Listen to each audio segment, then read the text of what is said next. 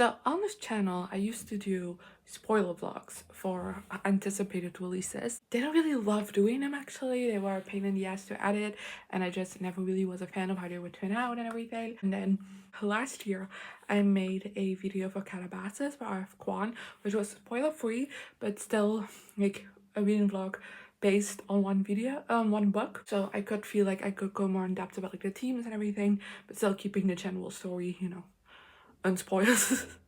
And I really like doing that. I've been wanting to do that again, but obviously you need a book with a lot of like themes to discuss to be able to do that, and I haven't really come across one of those recently until and towards the end of January Health is Age by Jennette McCurdy was released.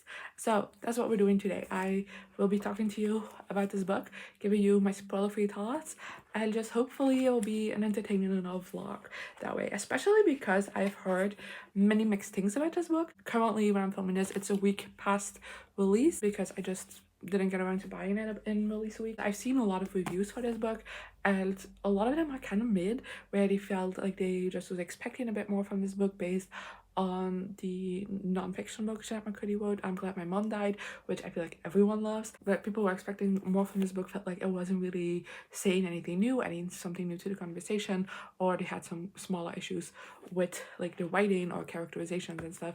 But I've also seen many glowing reviews saying this is an absolutely brilliant book. So I'm gonna put on my 2 cents. And that's to be said for someone, this is not like my most of genre. I feel like this is like contemporary literary leaning fiction, which is not my cup of tea, you know that. I do want to dabble into it a bit more, but that's, if you look around on my channel, it's not the main genre that I read. So I feel like I'm not gonna be the one to give you the most like interesting discussions. I said the same thing with Calabasas, but I do think it is just a fun way to still make a video about a book I'm really excited about. And I will say, I was originally gonna start this vlog before we starting the book, but I already started it. I'm 50 pages in, so I'm very excited to talk to you about it.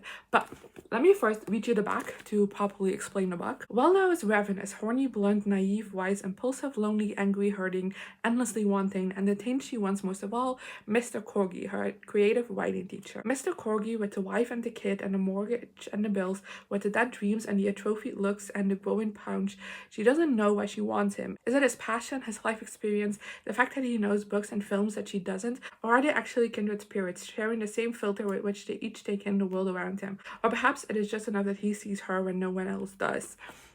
That's the synopsis for this book. Like I said, I'm 50 pages in, and I'm kind of obsessed with this already. I do feel like this could still go very different directions, but I have pulled out my markers and my tabs, so I'm hoping it will go in a positive direction. But I just think this is so well written. First of all, I mean, I already knew I loved Jennette's writing from I'm Glad My Mom Died, but this kind of the tone of this is very different, obviously. There's also like a very different purpose. I don't know, I'm loving it. I think it's just really well done. So we follow Waldo, who I feel like is a very negative character, which kind of makes sense because the more you kind of learn about her life, the more you're like, yikes, you had a rough life. So it makes sense that she has like a very negative outlook on things, but she's also like very dry funny, if that makes sense. Like she has a very dry humor, but like it is very funny, so I really like that element to it. And this book is also so far very clear that Jennette McCurdy had things that she wanted to talk about. She had a message she wanted to get across with this book, even besides just the things around the grooming situation of it all. And she had those ideas even before starting this book, and like had that very well thought out and like is integrated into the story really well. So honestly, and that became very obvious to me when on like quite literally, this is page 1. On the second page, I highlighted my first quote and I had to. So this is a bit of a long one, but I'm gonna read it to you. Maybe it is beautiful, my body. I wouldn't know, since in the 2 years that I've had this new version of it, I've been much more consumed with dealing with it than appreciating it. Shaving it or scraping it or strapping it in or exfoliating it or lettering it or shoving a coarse cotton plug into it. Always doing something to stop my body from doing what it wants to do. Oozing or bursting or bleeding, making too much hair in the one places and nothing much in the right ones. I'm not used to this new body yet, with these new curves and stretch marks and this unrecognizable silhouette. It's like my smaller framed, flatter chested body could no longer contain all that was inside it, so it expanded to make room. Now my body's ahead of my mind, and my mind needs to catch up. Needs to realize that this isn't an Airbnb, this is home now, even if it doesn't feel like it yet. Like, come on, you do that on your second page, and this is not even like a major theme in the book so far, like her body image. You're already hitting that strong, damn.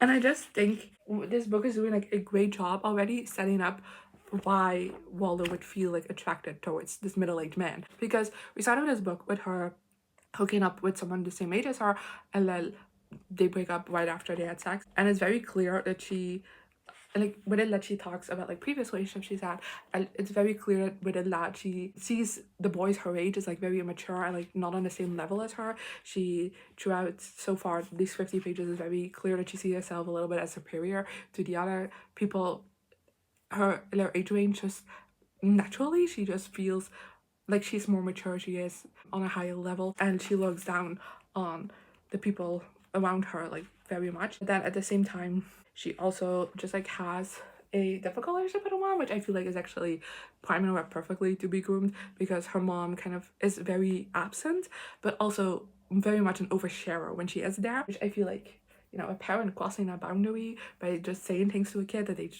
probably they shouldn't know about is like perfectly setting up, you know, is perfectly like kind of like paving the way for a groomer to come along. So it is interesting like seeing all of that and like picking up on like these little things already, even if we're only 50 pages in. And there is something to be said about Jennette McCurdy's, what I think a skill that she has, same with I'm glad my mom died, is she just that's a relatively short book, but she does so much within a page time. And this is also under 200 pages, and I'm presuming this will be the exact same, just with the way we've already done so much, I feel like, character work in 50 pages, and we're perfectly already like, I feel like I perfectly already understand why this is gonna go the way it's gonna go, if that makes sense. And then seeing her interactions with her teacher, Mr. Corgi, is also quite interesting, because at first it is like attraction from afar, as in she is very into him, but like they haven't really conversed yet, at least not on page. And it's interesting, like the chapter that mentions him, his first day teaching her, she mentions that quite literally he opens the class with, I failed in life, like I wanted to be a writer,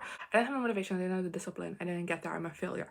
And she thinks that's the coolest shit anyone has ever said, because her life is full of people pretending everything's all right even when it's not. So that he just openly admits that he has failed in life, she thinks is like the coolest thing to have ever existed. Well, you know, that just makes him a loser.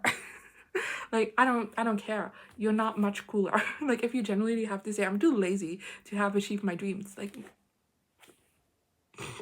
that doesn't make you cool. So I think that's interesting already how she creates kind of like this mysticism around him as kind of like the cooler adult compared to like the adults already in her life, and even like the non-adults in her life. And then they have had a few conversations so far, none that technically crosses the line. One is basically about an assignment she did, and he complimented her on her writing, which, you know, technically is fine, but it is like very clear like her writing was about her life and how like bad it has been, and he very much like put in like that effort to compliment her, to just tell her he respected her. And I feel like that's also something she's never heard in her life, and I'm pretty sure that he knows that. That's the reason why he's playing into that, because it was, Waldo has a friend, her best friend, but like she talked about how they actually used to be really close, but hell, one time she like, the other girl like goes to church and she went with her once, and in there they talked about like being friends with the friendless and like doing charity that way.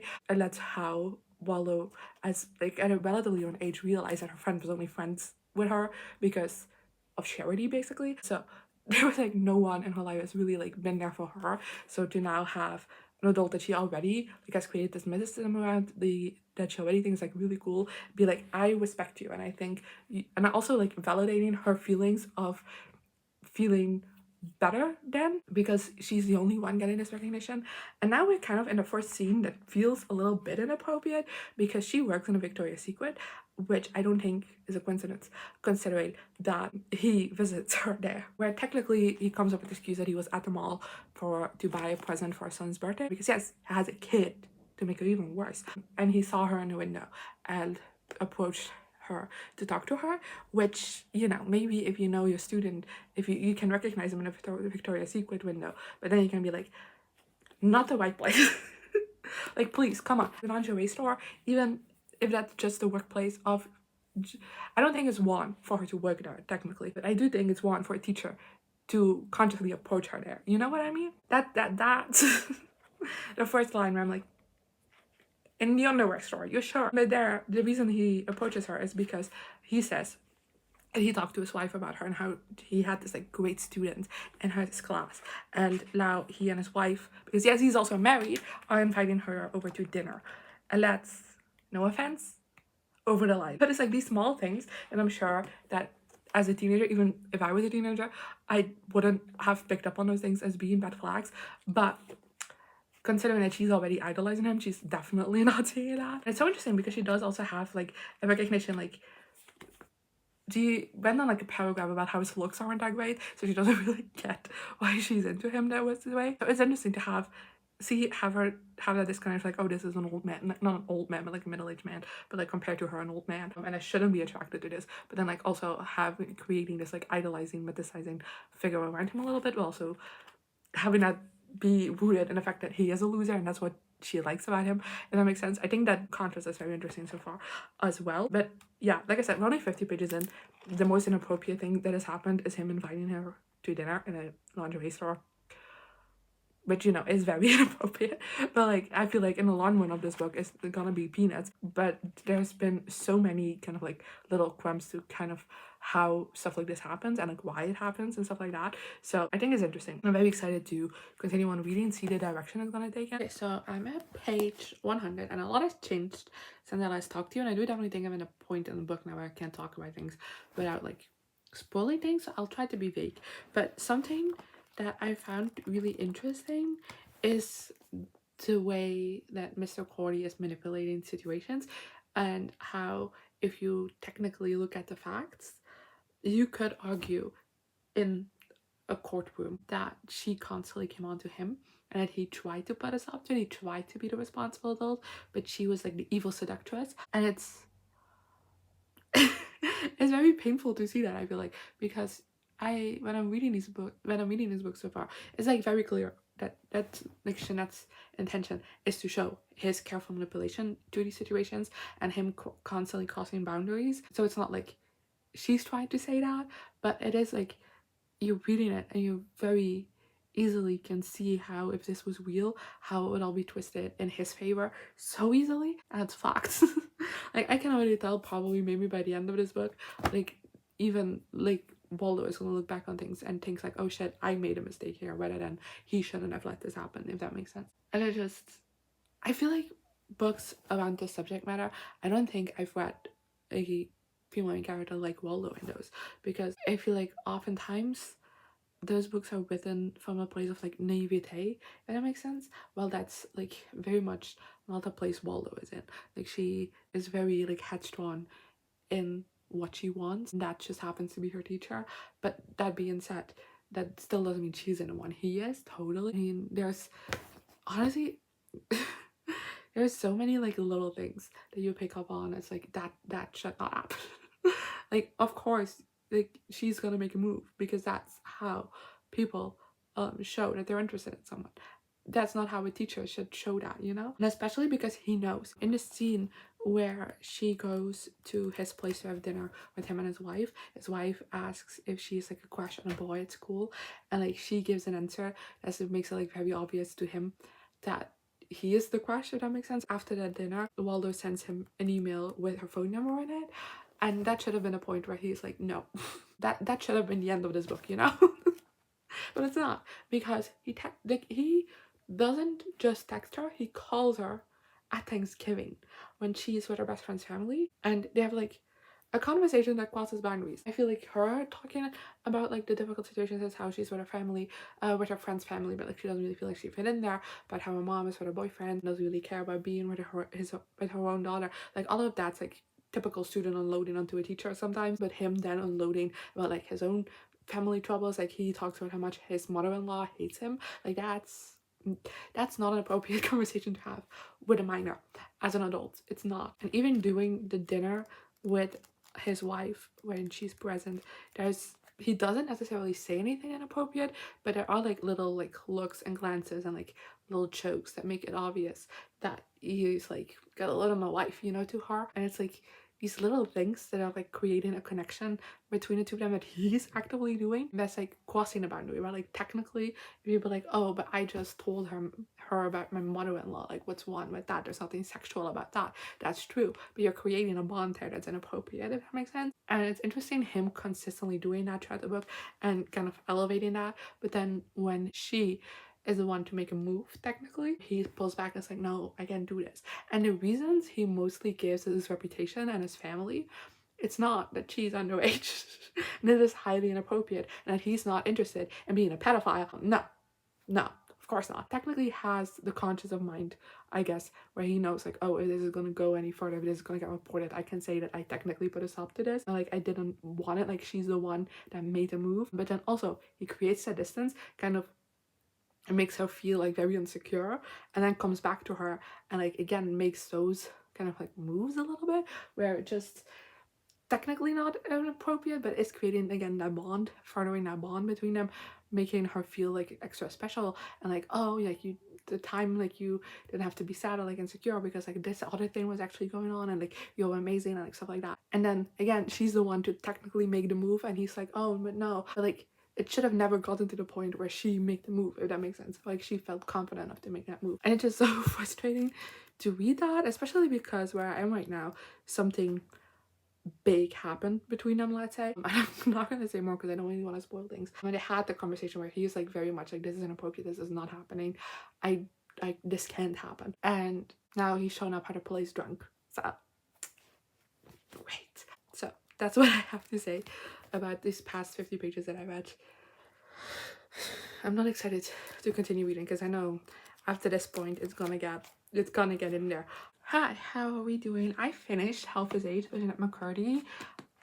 I know I haven't updated you since page 100, but to be fair, this book only has like 273 pages, so you know, it's not like I read that much without you.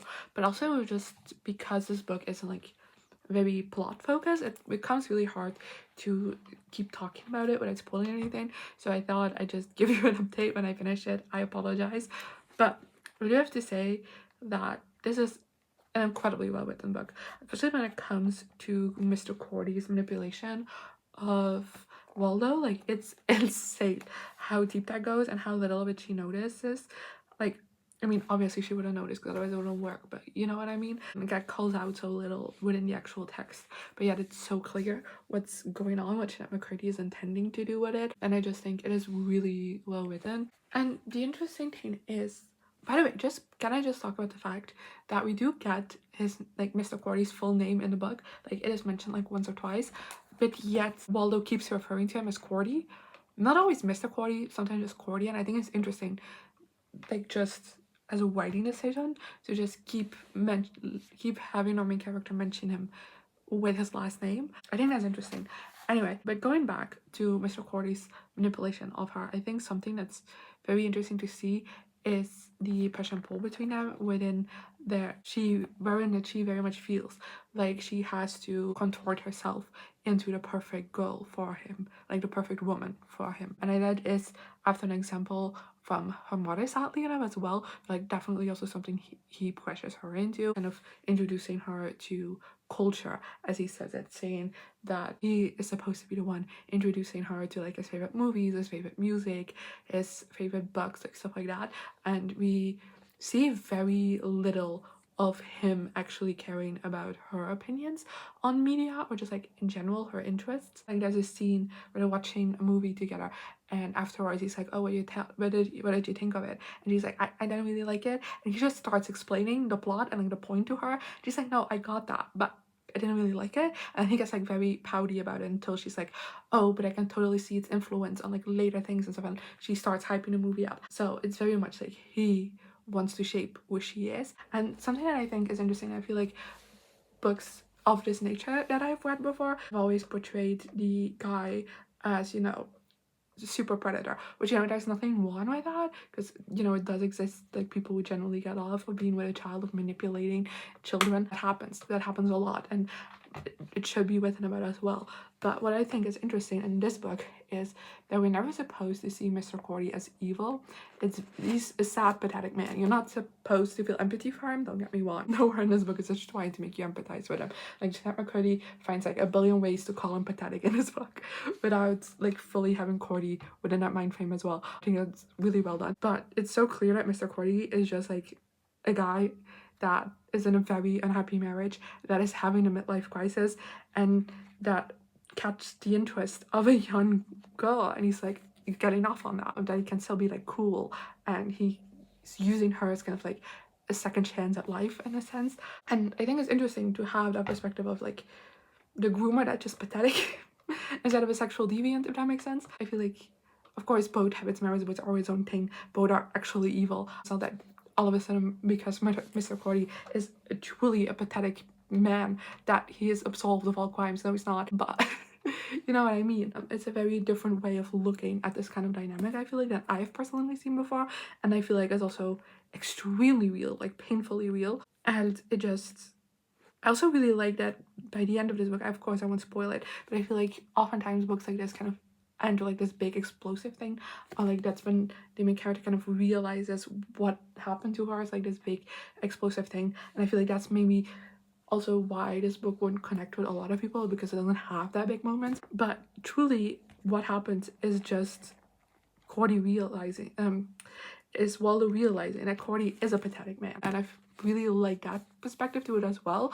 I do have to say, I personally give this book 4 stars, because as much as I liked this and I liked what it had to say, I do wish Cordy had a little bit more of a comeuppance, just from my own personal tastes as well. Like I wanted him to be punished in some sense, but I do also kind of feel like this is just a very realistic view on things, where sometimes you just realize, like, fuck this guy and just leave. I felt like I was waiting for it to build towards something that ultimately wasn't. And like I said, I think that's going to be a big point on this book, why a lot of people might not like it. But for me, it just knocked it down from a 5 to a 4. So obviously I still really liked it, and I would still really recommend it, especially if it is a subject matter you can deal with. I would definitely recommend it. And yeah, I don't know. I'm glad I read this, and I'm very curious to see what Jennette writes in the future, because I think her writing is great. I think the true craft in this book is in its subtleties, and its strengths is in its subtleties, and I think the way that it's written is just great. And like, again, mccurdy packs so much in so little pages and does it greatly, in my opinion. So I am very curious to see where her writing career is going to go next, and I will definitely be following that. So yeah, that's it for this video. I don't know if I like really how it turned out. I hope you do. Let me know in the comments what you thought of this book. I would love to discuss it with you in the comments. You can go into spoilery details. Just leave a little warning at the top of your comment that it will contain spoilers, so people who have watched this video but have not read the book yet know not to read your comments. And yeah, like I said, I hope you liked this video. I don't know if I did, because I feel like this is a subject matter that I have a difficult time talking about, and I don't always think I did the greatest job at articulating myself properly, I think. So I apologize if this video isn't the best, but I'm so glad I made it though, because I think discussing this book was great and helped me like think things through a bit more. So yeah, anyway, that's it for today. Hopefully I'll see you next time. Bye.